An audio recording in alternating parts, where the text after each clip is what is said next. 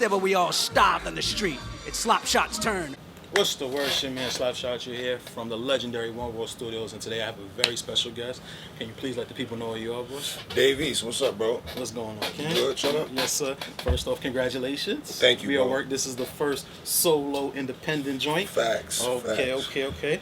Did something go wrong with Def Jam, or is it just the independent rap? Nah, all love over there. It was just time. You know what I mean? I time. feel like I've been signed since I came in the game 2015. It's 10 years between Mass Appeal and then Def Jam. So I think I got all I could get from the major label. You know what I mean? It's time to be my own major label. Yeah, You know what I mean? better fruits of your labor. That's a fact. All right, man. So is the process different? Nah. For me, it's not. It's actually better for me. Creative wise, just the whole process. I don't really have as many. People in your You know what I mean? No, I don't got that. I don't got the. Yeah. Well, that's the single, and I don't got all that no more. I could just make the music I want to make and let the streets decide what's the singles and shit like That's that. a fact. Speaking of which, that Bottega Trunks, it's beautiful music, man. Beautiful music. Stove God, my boy. He's looking like the rookie of the year right now. Yeah, man. So, how did that come about, man? Because it's a classic feel to that one. Yeah, shouts to Nick Craven, man. He produced that. I linked up with him in Chicago. I went to West Side Gun, the Fourth Rope, the wrestling joint, and I met up with Nick Craven backstage. We was chopping it up. I was like, and he did some shit with Ransom. And me and Ransom had did an album. And I was like, yo, I need a pack. Send me a pack. And so that's how I got me and Nick linked up. I met Stove a little while back. You know what I mean? Me and him, mutual homies and shit like that. Yes, sir. And I heard him on that joint. I definitely when I record before I even recorded my part, just the beat itself. I heard like Max B on it, and I heard like Stove got on that shit. You know what I'm saying? So I said, let me put my own little. I'm not gonna really rap on this shit. Let me just. Yeah, you sitting doing a little harmonize, a little singing on that one. Little melody on this. It just because what was crazy is I was playing around. In the studio, like just saying, I'm the one, not the two, baby. Yeah. And my engineer was like, yo, you should just do the whole song like that. Like, stay on that, stay like that, like for the joint. Yeah. I'm like, man, I don't be saying and all that shit. Like, but it came out, I liked how it came, I mean. Nah, it worked. It definitely worked, man. You speaking of Ransom, man, I know we supposed to be talking about Karma 4, but I wanted to give y'all props on Final Thank Four, you, bro. man. That shit there, that was, man, the intro alone, the Malcolm X assassin. Yeah. Ooh, yo, how did that come about, man? Because I've talked to Ransom before, and he usually doesn't get in a studio with the people, but it still come out dope. So how does that work? Me and Rand is probably, he's elite with that pen, you know what I'm saying? But mutual, like that was another. I'm a fan of his. I think you can believe he's a fan of mine.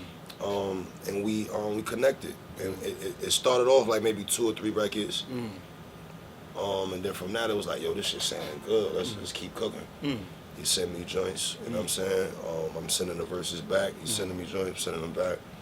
And then when we pressed play, it was like, damn, this shit really got the theme of like some By Any Means Necessary, Malcolm X, like just the different stuff we was rapping about throughout the album. And then that's what we ran with the final call and all of that. Like that's when we brought that together.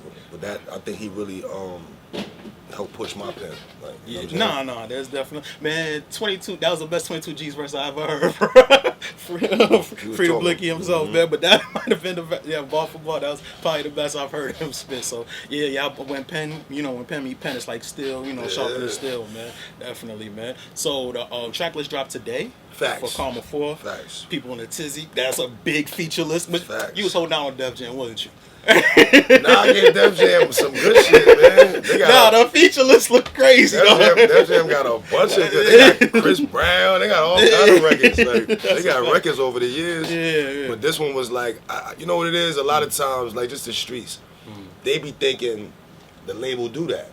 So all the features you might have seen me over the years, the general public might be thinking, that nigga signed, he getting them features through. Nah, that always was me. I always was having relationships and meeting people in the streets or in the club or being in LA, being in Atlanta, being in Miami, like just being outside.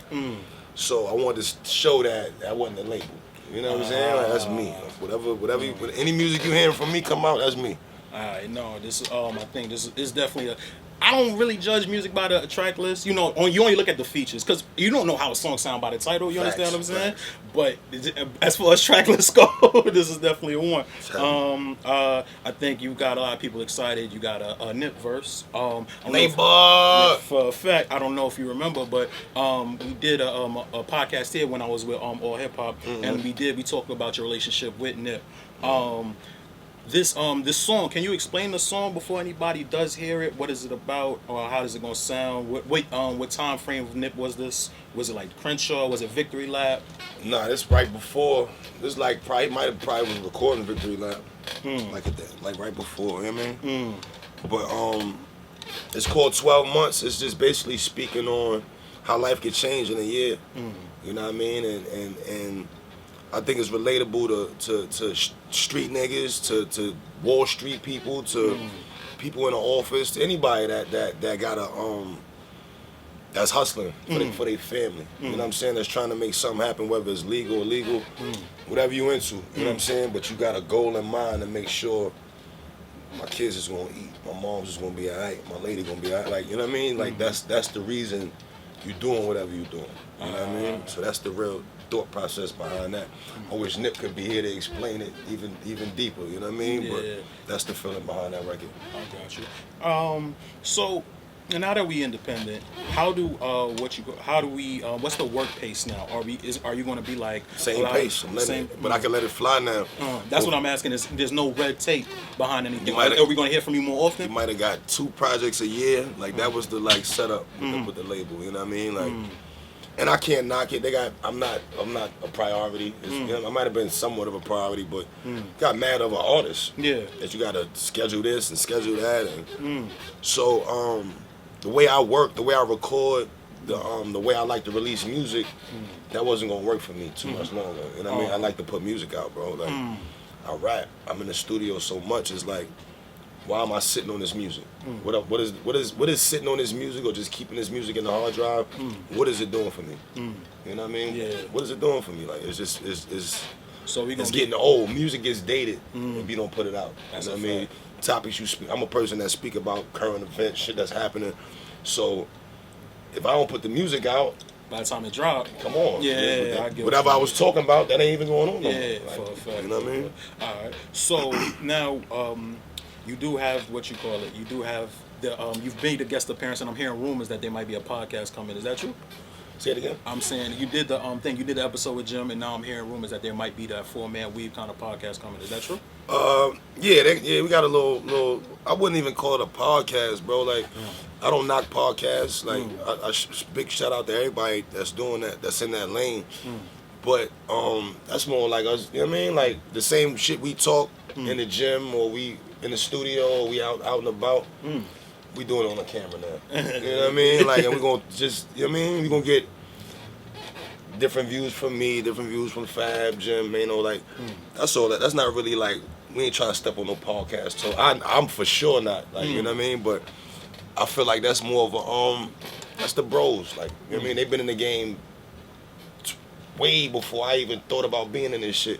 So I be learning. You know So what I how mean? does it feel? They seem to take to you with open arms. Like you said like those are the OGs and stuff Right. like that. How does that make you feel? Like they Feel good. Yeah, I feel like I'm from a certain cloth that ain't about just the big records and shit like that. Is me.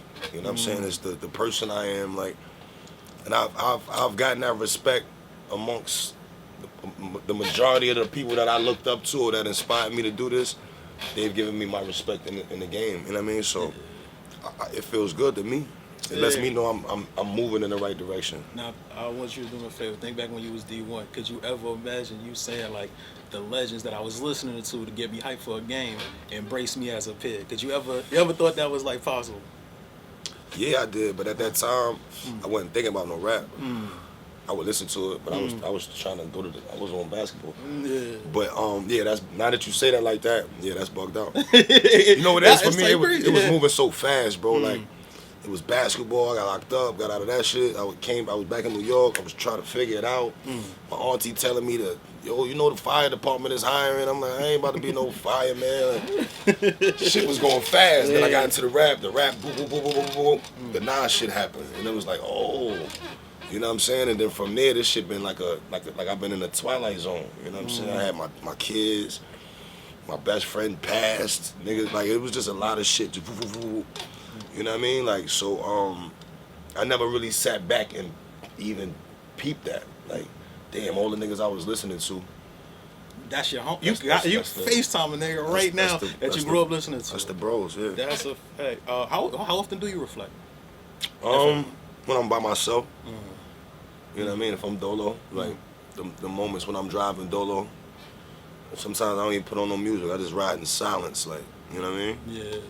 Man. Shit, my life is loud, so any little bit of silence I could get, I try to get it. I appreciate that, man.